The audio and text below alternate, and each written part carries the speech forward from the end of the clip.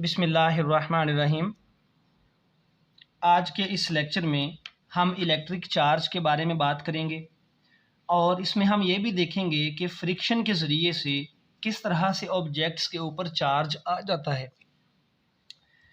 Electric charge को define करेंगे, मुख्तलिफ़ अंदाज से हम चार्ज को डिफ़ाइन करेंगे, फिर हम चार्ज की मुख्तलिफ़ टाइप्स की बात करेंगे और एंड पे हम चार्ज के यूनिट को डिफ़ाइन करेंगे।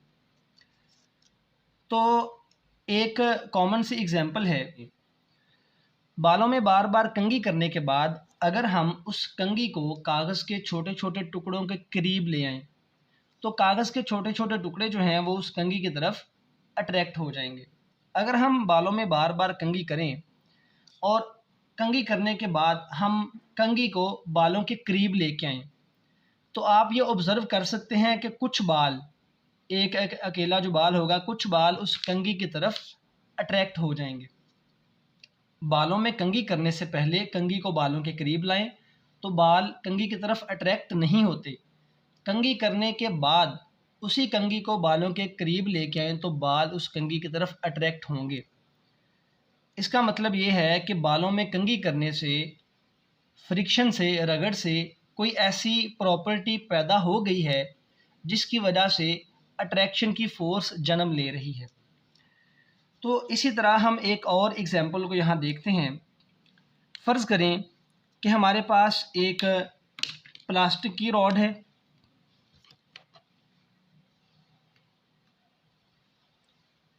सपोज़ ये एक प्लास्टिक की रॉड है, उसका हमने थोड़ा सा जो पोर्शन है वो यहाँ शो कर दिया और यहाँ पे हमारे पास एक मटेरियल है। सपोज़ वो मटेरियल है फ़र, खाल जिसे बोलते हैं। तो अगर हम इस प्लास्टिक रॉड को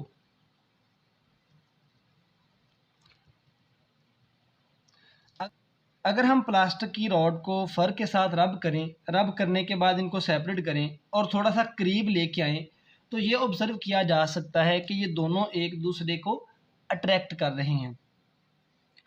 तो पहले ये दोनों एक दूसरे को अट्रैक्ट नहीं करते, लेकिन रब करने के बाद ये दोनों एक दूसरे को अट्रैक्ट कर रहे हैं।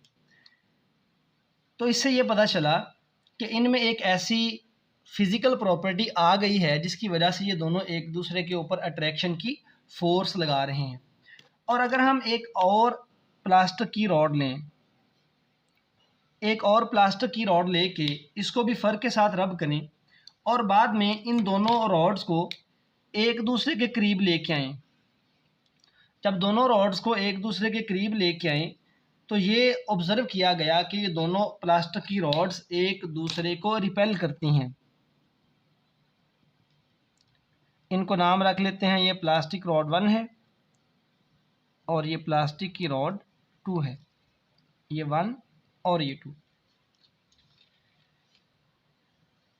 अगर हम प्लास्टिक की रॉड को फ़र के साथ रब करें, रब करने के बाद फ़र और रॉड को करीब लेके आएँ तो ये दोनों एक दूसरे को अट्रैक्ट कर रहे हैं। लेकिन अगर दो प्लास्टिक की रॉड्स को फ़र के साथ रब करने के बाद उन दोनों रॉड्स को करीब लेके आएँ तो वो दोनों एक दूसरे को रिपेल कर रही हैं। इसका मतलब ये है कि दोनों के पास फ़ोर्स एक्सर्ट करने की एक प्रॉपर्टी आ गई है। हाँ, एक और बात जो हम यहाँ पे नोट करेंगे कि कायनात का हर ज़र्रा दूसरे ज़र्रे को अपनी तरफ अट्रैक्ट करता है। ये न्यूटन का ग्रेविटेशन का लॉ है। तो यहाँ पे जो फोर्स लग रही है ये ग्रेविटेशन से हट के एक नई फोर्स है। अट्रैक्शन की फोर्स भी है और रिपल्शन की फोर्स भी है। तो हम देखते हैं कि एक्चुअली यहाँ पे हुआ क्या। हम ये जानते हैं कि एक एटम जो है वो प्रोटॉन्स और इलेक्ट्रॉन्स पर और न्यूट्रॉन्स पर मुश्तमिल है। तो हम यहाँ पे इस तरह से रिप्रेजेंट कर लेते हैं कि एटम्स के पास कुछ प्रोटॉन्स भी हैं और इलेक्ट्रॉन्स भी हैं। फिर एक और एटम है, उसके पास प्रोटॉन्स और इलेक्ट्रॉन्स हैं और ये प्रोटॉन्स और इलेक्ट्रॉन्स। प्रोटॉन्स के लिए मैंने P लिख दिया और इलेक्ट्रॉन्स के लिए स्मॉल a लिख दिया। ये जो प्लास्टिक की रॉड है इसके अंदर भी प्रोटॉन्स और इलेक्ट्रॉन्स हैं, प्रोटॉन्स और इलेक्ट्रॉन्स हैं, प्रोटॉन्स और इलेक्ट्रॉन्स हैं। तो हर मटेरियल जो है वो एटम्स से मिलके बना और एटम्स के पास प्रोटॉन्स और इलेक्ट्रॉन्स और न्यूट्रॉन्स मौजूद होते हैं। ये ऑब्ज़र्व किया गया कि जब हम प्लास्टिक की रॉड को फर के साथ रब करते हैं तो इस फर से कुछ इलेक्ट्रॉन्स प्लास्टिक की रॉड के ऊपर ट्रांसफ़र हो जाते हैं। तो यहाँ पे कुछ इलेक्ट्रॉन्स ट्रांसफ़र हो गए। तमाम इलेक्ट्रॉन्स ट्रांसफ़र नहीं होते, कुछ एटम्स के इलेक्ट्रॉन्स ट्रांसफ़र हो जाएंगे। यहाँ पे मैंने कुछ एटम्स के प्रोटॉन और इलेक्ट्रॉन्स को शो किया है। इसी तरह से ये जो प्लास्टिक की रॉड है इसके पास भी प्रोटॉन्स और इलेक्ट्रॉन्स हैं एटम्स के पास, और प्रोटॉन्स और इलेक्ट्रॉन्स की तादाद बराबर है। लेकिन फ़र के साथ रब करने के बाद इस प्लास्टिक की रॉड के ऊपर कुछ इलेक्ट्रॉन्स ट्रांसफ़र हो जाएंगे। तो इस रॉड के ऊपर और इस रॉड के ऊपर इलेक्ट्रॉन्स प्रोटॉन्स के मुकाबले में ज़्यादा हो गए। अब जब हम इन दोनों रॉड्स को एक दूसरे के करीब लेके आए तो इन्होंने एक दूसरे को रिपेल किया, और यहाँ पे जो हमारे पास फर मटेरियल है इसके पास इलेक्ट्रॉन्स की कमी वाक़या होगी और इलेक्ट्रॉन्स के मुकाबले में प्रोटॉन्स की तादाद ज़्यादा होगी। प्रोटॉन्स आएंगे नहीं बल्कि इलेक्ट्रॉन उधर जाने से इलेक्ट्रॉन्स के मुकाबले में प्रोटॉन्स की तादाद बढ़ जाएगी। उसको मैंने यहाँ इस तरह शो कर दिया कि इलेक्ट्रॉन्स कम हैं और प्रोटॉन्स ज़्यादा हैं। तो जब ये मटेरियल जिसके ऊपर इलेक्ट्रॉन्स प्रोटॉन से ज़्यादा हैं और दूसरा मटेरियल जिसके ऊपर प्रोटॉन्स इलेक्ट्रॉन से ज़्यादा हैं, जब ये दोनों एक दूसरे के करीब आए तो इन्होंने एक दूसरे को अट्रैक्ट किया, और वो दो मटेरियल्स जिनके ऊपर प्रोटॉन्स के मुकाबले में इलेक्ट्रॉन्स की तादाद ज़्यादा है, जब वो दो मटेरियल एक दूसरे के करीब आए तो उन्होंने एक दूसरे को रिपेल किया। तो इससे पता ये चला कि अट्रैक्शन और रिपल्शन की प्रॉपर्टी तब आ रही है जब एक मटेरियल से इलेक्ट्रॉन्स दूसरे के ऊपर ट्रांसफ़र हो जाते हैं, या हम ये भी कह सकते हैं कि जब प्रोटॉन्स और इलेक्ट्रॉन्स की तादाद का इम्बैलेंस होगा, प्रोटॉन्स और इलेक्ट्रॉन्स की तादाद बराबर नहीं होगी दो मटेरियल्स पे, तो तब वो एक दूसरे को या तो अट्रैक्ट कर सकते हैं या फिर रिपेल कर सकते हैं। तो ये जो अट्रैक्शन या रिपल्शन की एक प्रॉपर्टी आई है, इस प्रॉपर्टी को कोई ना कोई नाम देना था। जैसे हमारी अर्थ जो है वो हर ऑब्जेक्ट को अपनी तरफ अट्रैक्ट करती है, तो साइंटिस्ट ने इस प्रॉपर्टी को, अट्रैक्शन की प्रॉपर्टी को, ग्रेविटी का नाम दिया। इसी तरह से जब ये नई प्रॉपर्टी ऑब्ज़र्व कर ली, नई फोर्स ऑब्ज़र्व कर ली, तो इस नई फोर्स को कुछ नाम देना था, और वो नाम दिया गया इलेक्ट्रिक चार्ज। तो अब हम इलेक्ट्रिक चार्ज को इस तरह से डिफ़ाइन कर सकते हैं, the physical property due to which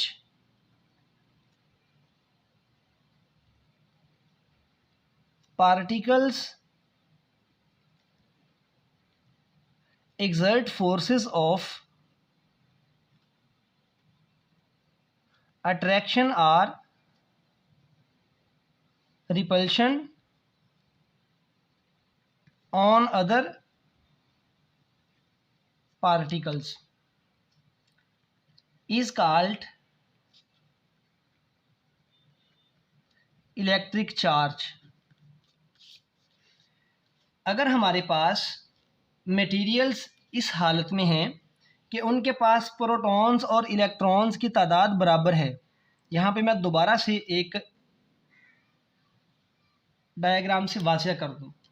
अगर ऐसे मटेरियल्स हैं जिनके पास प्रोटॉन्स और इलेक्ट्रॉन्स की तादाद बराबर है, वो मटेरियल एक दूसरे के ऊपर कोई फोर्स एक्सर्ट नहीं करते, लेकिन जैसे ही मटेरियल्स के ऊपर प्रोटॉन्स और इलेक्ट्रॉन्स की तादाद में इम्बैलेंस आता है, उनकी तादाद में डिफरेंस आता है, तो उनके पास ऐसी प्रॉपर्टी पैदा हो जाती है जिसकी वजह से वो एक दूसरे के ऊपर अट्रैक्शन या रिपल्शन की फ़ोर्स एक्सर्ट कर सकते हैं।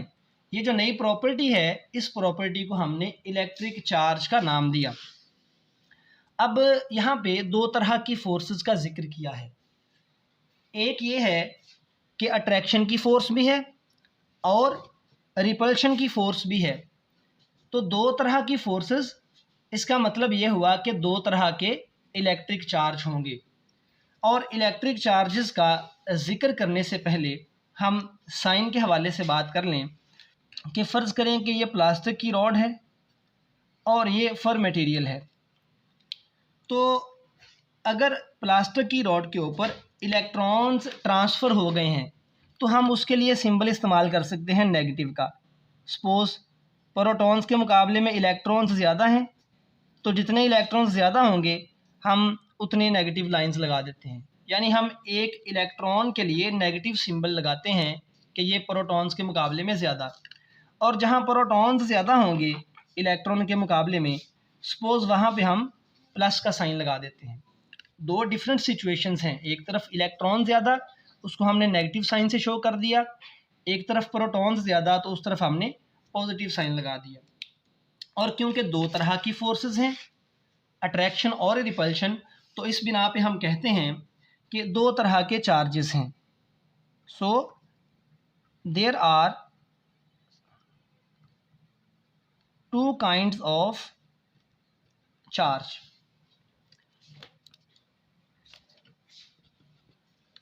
एक चार्ज को हम नाम दे देंगे पॉजिटिव चार्ज का,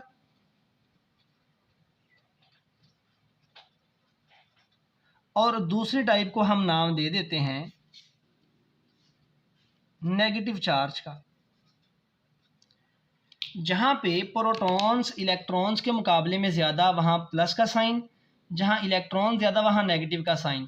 तो हम ये कह लेते हैं कि प्रोटॉन के ऊपर पॉजिटिव चार्ज है और इलेक्ट्रॉन के ऊपर नेगेटिव चार्ज है। ये साइन कन्वेंशन है। तो शुरू में साइंटिस्ट ने ये साइन कन्वेंशन बना दी कि प्रोटॉन्स पे पॉजिटिव और इलेक्ट्रॉन्स पे नेगेटिव चार्ज कंसिडर कर लिया। पॉजिटिव चार्ज, इसको ये भी लिख लें, चार्ज ऑन प्रोटॉन, और नेगेटिव चार्ज को हम कह सकते हैं this is charge on electron. तो दो तरह के चार्जेस हैं, पॉजिटिव और नेगेटिव।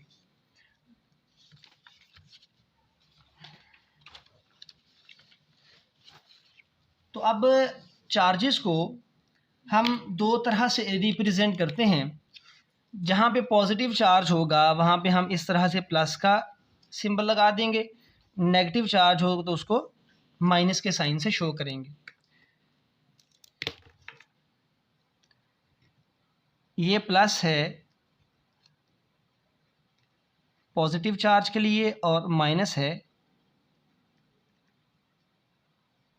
नेगेटिव चार्ज के लिए। जैसा कि इस एग्जाम्पल में एक हमने ऑब्जर्वेशन देखी कि दो ऐसे पार्टिकल, दो ऐसे ऑब्जेक्ट जिनके ऊपर इलेक्ट्रॉन ज़्यादा हों, जिसे हम नेगेटिव चार्ज से शो करते हैं, तो वो एक दूसरे को रिपेल करते हैं। और ऐसे ऑब्जेक्ट जिनमें एक पे पॉजिटिव और दूसरे पे नेगेटिव चार्ज हो तो वो एक दूसरे को अट्रैक्ट करते हैं। तो हम ये कह सकते हैं कि सिमिलर चार्ज जो हैं वो एक दूसरे को रिपेल करते हैं और ऑपोजिट चार्ज एक दूसरे को अट्रैक्ट करते हैं। तो ये प्रॉपर्टी, ये लाइन में यहाँ लिख भी देता हूँ।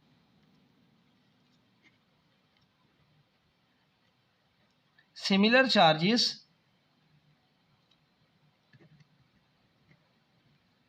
repel each other and opposite charges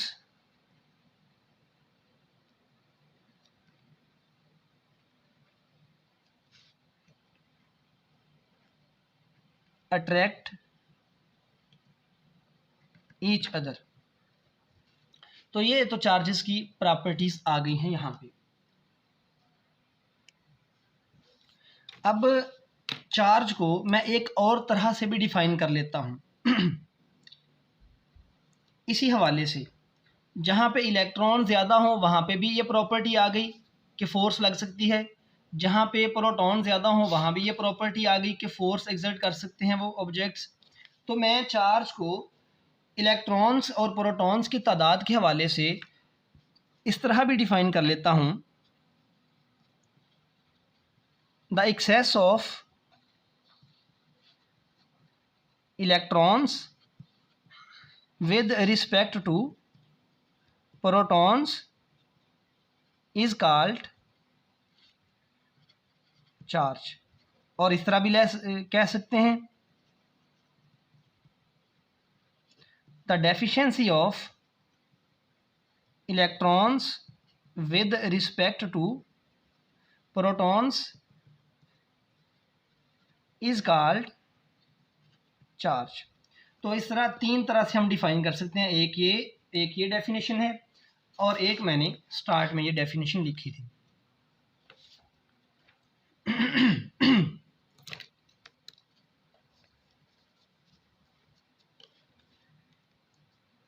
तो अब हम चार्ज के हवाले से मज़ीद बात करते हैं।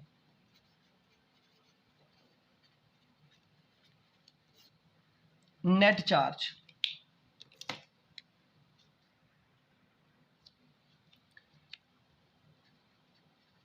किसी भी ऑब्जेक्ट के ऊपर नेट चार्ज को हम सिंबल Q से रिप्रेजेंट करते हैं।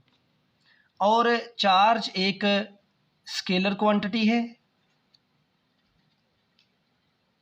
स्केलर क्वांटिटी वो होती है जिसकी कोई डायरेक्शन नहीं होती। तो चार्ज भी एक स्केलर क्वांटिटी है और चार्ज का जो यूनिट है वो है कूलम।